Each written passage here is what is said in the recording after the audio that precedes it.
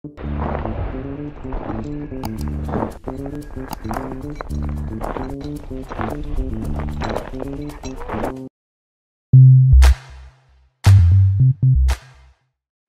got back in. I've just managed to pick up a delayed delivery that was due for Friday last week. It's now Wednesday.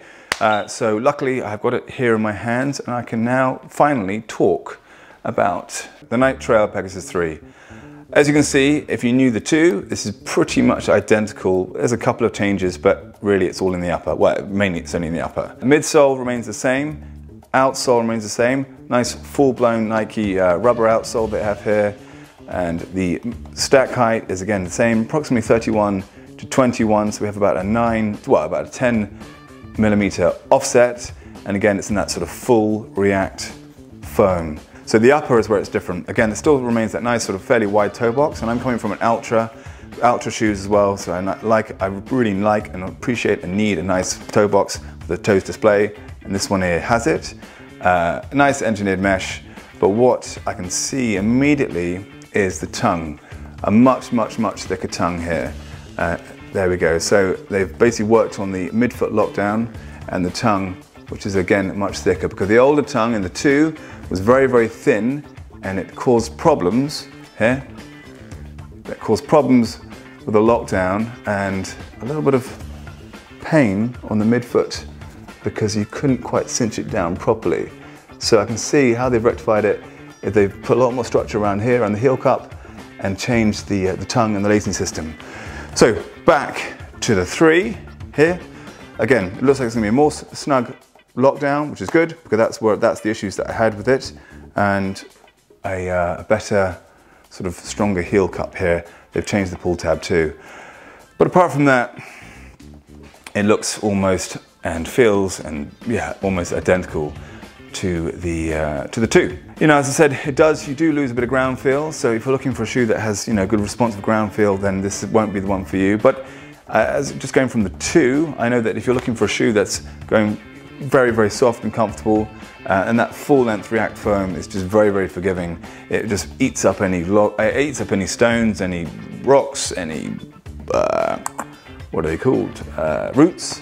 And it does its job. There's no rock blade in this one here because it just doesn't need it, because it's just so much cushion in the midsole. Plus that outsole there is pretty thick. Lugs aren't anything crazy.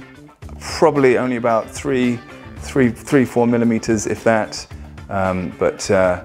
Yeah, it's there we have it. So as I said, it's only been out for probably about a week or so. I haven't tried it on yet, so all I need to do now is just test it out and see how it feels underfoot.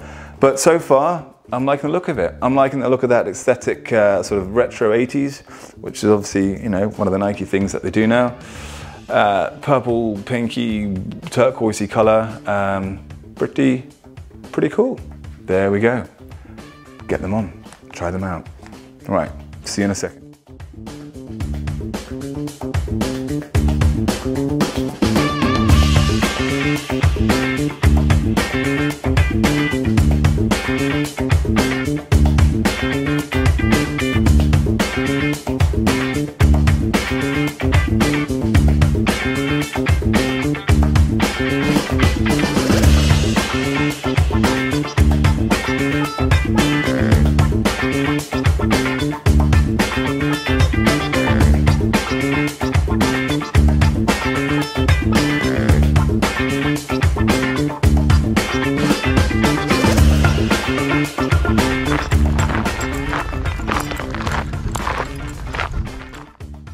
So, really quick test run in the woods, and yeah, all really good. Just a thought, very similar feel to the Pegasus Trail 2. Just to let you know, I went in a UK size 10.5, and yeah, again, same true to size. So lengthwise fits really well, but also the width is really good. And as I said earlier, I'm one that's a big fan of Ultra, so I've been really used to that sort of the wide toe box, and there's definitely plenty of wiggle room up here in front in this one here. So I'm really pleased with that. Feel of the shoe, just the same as Pegasus Turbo 2, Pegasus Trail 2. It's got a very soft underfoot, very soft, it's a little bit almost mushy. So It's not mushy, and when you pick up the pace, when you get a little bit faster, there's a bit more energy return, but it is a very, very soft, comfortable shoe. And obviously with that, you are going to lose some ground feel. So, as I said previously, if you're one for that, if you want one for the ground feel and the good connection to what's underneath, this might not be the shoe of choice. But I will be using this shoe, and I will be using it in my rotation probably once or twice a week as an easy day shoe, because it is so soft, it is just so comfortable that you can just stick it on and just get out for miles and miles and miles. It's a little bit heavy, but that weight doesn't really come into that much. You don't really notice it that much. It's because it's very bouncy, so the energy return almost balances out the weight gain, let's say. But where it comes into where it really sort of differs, as I said before, is up here in the tongue. So we have a sort of a much thicker padded tongue.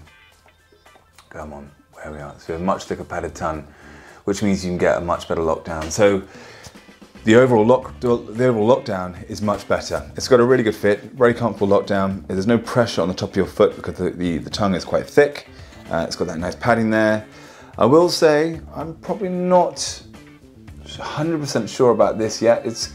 This for me is just a little bit on the high side. I did notice the ankle bone just touching there. No biggie, but let's just see how that works out in maybe 10 after a few more runs. But it's comfortable. But actually I found the Trail 2 probably a little bit more comfortable, although I suppose this does have that better lockdown. So there we have it. I will be using the shoe. I like the shoe. It's comfortable, and yeah, I haven't really got anything bad to say about it yet. But this again is just my first impressions. As I keep saying, if you're someone who's used to the higher stack heights, the Hokas, the Hokas, the Speed Goats, even even the higher stack heights of the Ultra Olympus, whatever, or even the New Balance ones, you will, this will be fine. But if you're much more minimal and prefer a low stack height, obviously, it goes without saying, this shoe is not going to be for you. But a very comfortable, long, easy day shoe, because it's got so much cushioning and it is very comfortable. And weirdly, I think when you do pick up the pace, I think that energy return snaps back a little bit more. So yeah, we'll have to see. But again, all first impressions, sorry. I'll have to see where we are in about 50 miles. Durability wise, my Pegasus Trail 2, that's fine, no rips and tears, the tread is still fine. So yeah, durability I think will be fine on these shoes. So yeah, no worries in regards to that. Peg Trail 2. Yeah, good shoe. Right. Okay, that's it for me. Thanks for watching. Hope that helps. And again, as I said before, just one more thing, my foot is slightly wider, so if you do have wide feet, I think this shoe will probably most likely work because of the width up front and the toe room space. So that is a big plus. If you like bouncy, sort of more Hoka style, the thicker midsoles, obviously this is one for you. If you're looking for a shoe that is going to be great for road, to trails, even just on some very even road actually, it's not that bad. But if you're looking for a lightweight, nimble, technical trail shoe, that's not the one, obviously, as you probably well know. So yeah, anyway. Right, that's it for me. Hope that helps. See you soon. Take care. Bye.